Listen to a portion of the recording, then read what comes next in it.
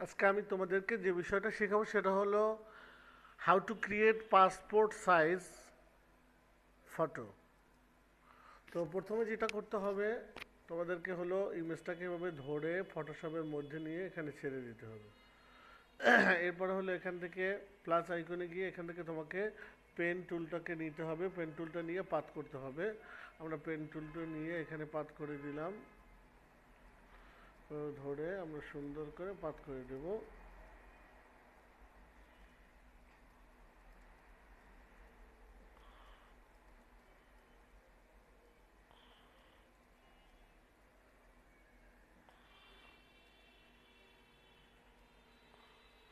যেহেতু আমাদের পাসপোর্ট সাইজের ছবি এর থেকে বড় দরকার হবে না, সেহেতু আমরা এখান থেকে এগুলো কেটে দিলাম।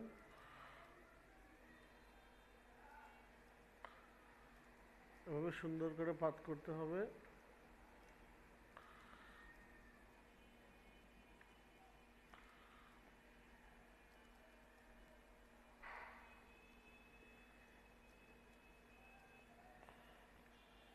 এভাবে চুল যতদূর নেওয়া যায়, একটু ব্যাকগ্রাউন্ড যাতে না আসে এতটুকু পরিমাণ চুল আমাদেরকে নিতে হবে। তো পাত করা হয়ে গেল, দেন হলো আমি এখান থেকে যেটা করব সেটা হলো কন্ট্রোল ধরে এই যে ফাঁকা জায়গাটা এখানে ক্লিক করব। সিলেকশন হয়ে গেছে, শিফট F6, এখানে হলো ফেদার 0.5 ফেদার দেবো, কন্ট্রোল জে। এবার এখানে ব্যাকগ্রাউন্ডে গিয়ে সিলেক্ট রেখে এইখানে গিয়ে সলিড কালারে আমি ক্লিক করব। এইখানে আমি 100% সাদা দিয়ে দেবো। এরপরে কিবোর্ড থেকে শুধু সি প্রেস করব।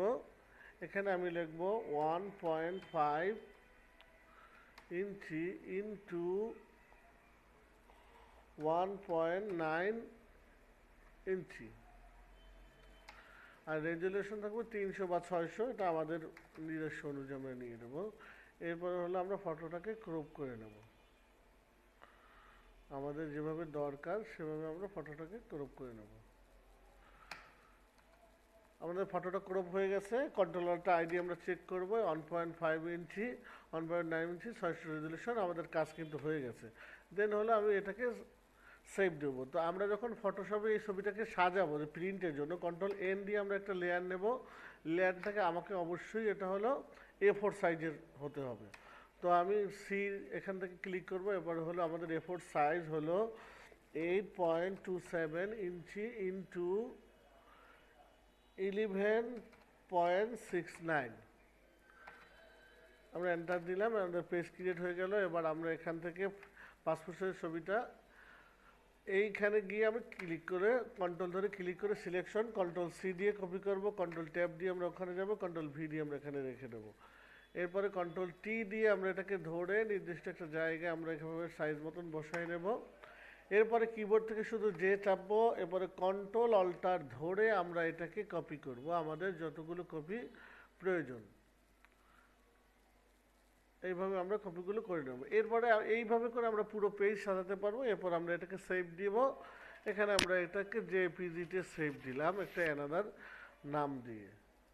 ঠিক আছে, এটা আমরা ডাউনলোডে বা যে কোনো জায়গায় আমরা এখানে একটা নাম দিয়ে, যেমন মমিন নামে আমরা সেভ দিয়ে দিলাম। আমাদের কিন্তু পাসপোর্ট সাইজের কাজ করা হয়ে গেছে, এখানেও পাসপোর্ট সাইজ হয়ে গেছে। তো থ্যাংক ইউ।